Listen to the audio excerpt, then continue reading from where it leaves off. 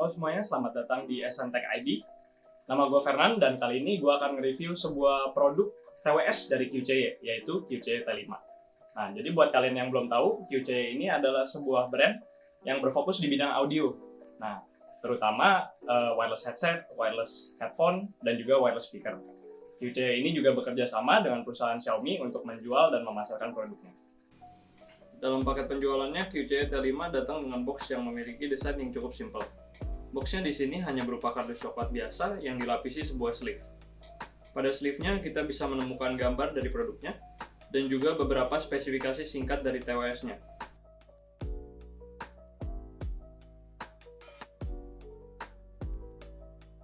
Di dalam boxnya kalian akan mendapatkan sebuah charging case yang di dalamnya terdapat sepasang earbuds-nya.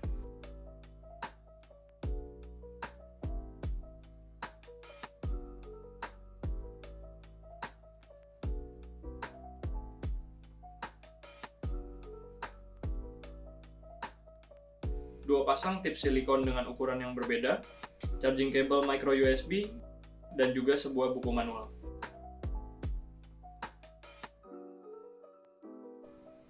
Untuk charging case-nya ini dibuat dengan bahan plastik dengan finishing doff. Jika dibandingkan dengan ukuran charging case TWS lainnya, charging case dari QCY T5 ini sedikit lebih kecil di kelas harga yang sama. Menurut gue, charging case dari QCY T5 ini terasa agak kopong dan sedikit ringkih, karena bahan plastiknya agak tipis.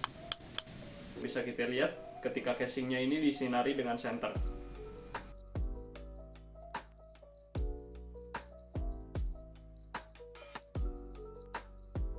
Untuk charging port case TWS ini masih menggunakan micro USB yang mungkin sudah kurang relevan di tahun 2021.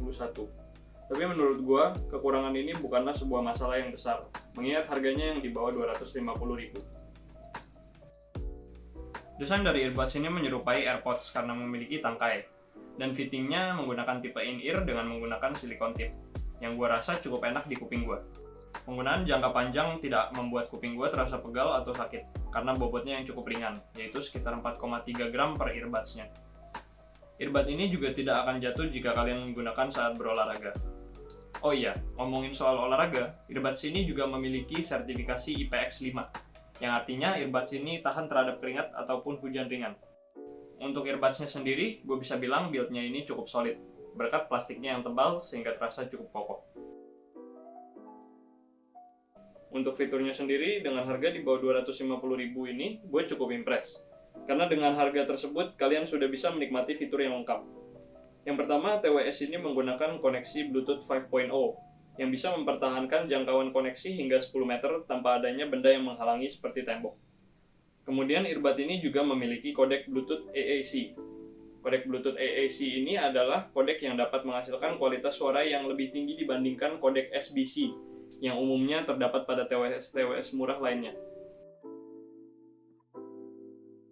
Untuk bagian media kontrolnya, earbud ini sudah menggunakan touch control, yang secara pribadi gue sangat suka karena mudah digunakan dan tidak terlalu sensitif sehingga tidak mudah tersentuh ketika mengatur posisi earbud.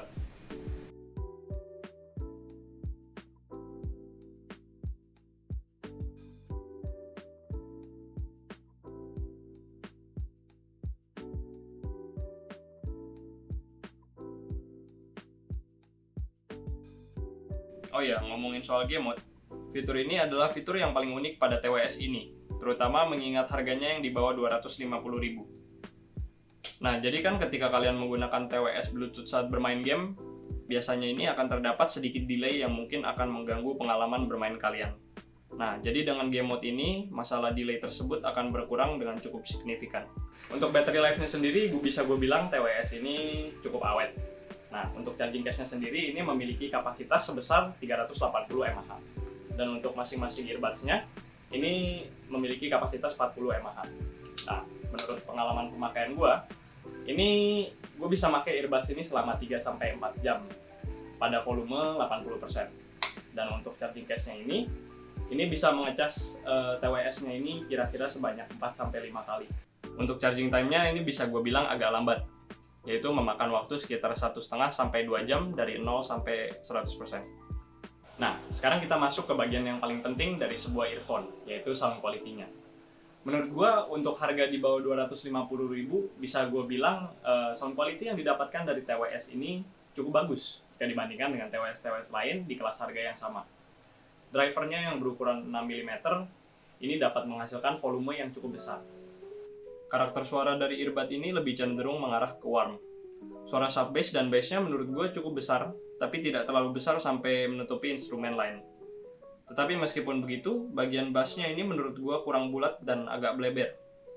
Untuk bagian midnya bisa gue bilang ini lumayan. Bagian high midnya ini cukup maju, suara vokal penyanyi dan instrumen-instrumen seperti gitar dan piano terdengar jernih. Sayangnya menurut gue, bagian low midnya ini agak terlalu besar sehingga suaranya terkesan gelap.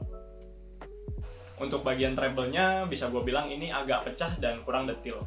Misalnya di bagian hi-hat dan cymbal. Tapi nggak sampai nusuk telinga kok. Dan menurut gue masih enak kalau dipakai buat dengerin nyantai. Nah, menurut gue untuk harga yang ditawarkan, TWS ini memiliki sound quality yang cukup bagus untuk kelasnya.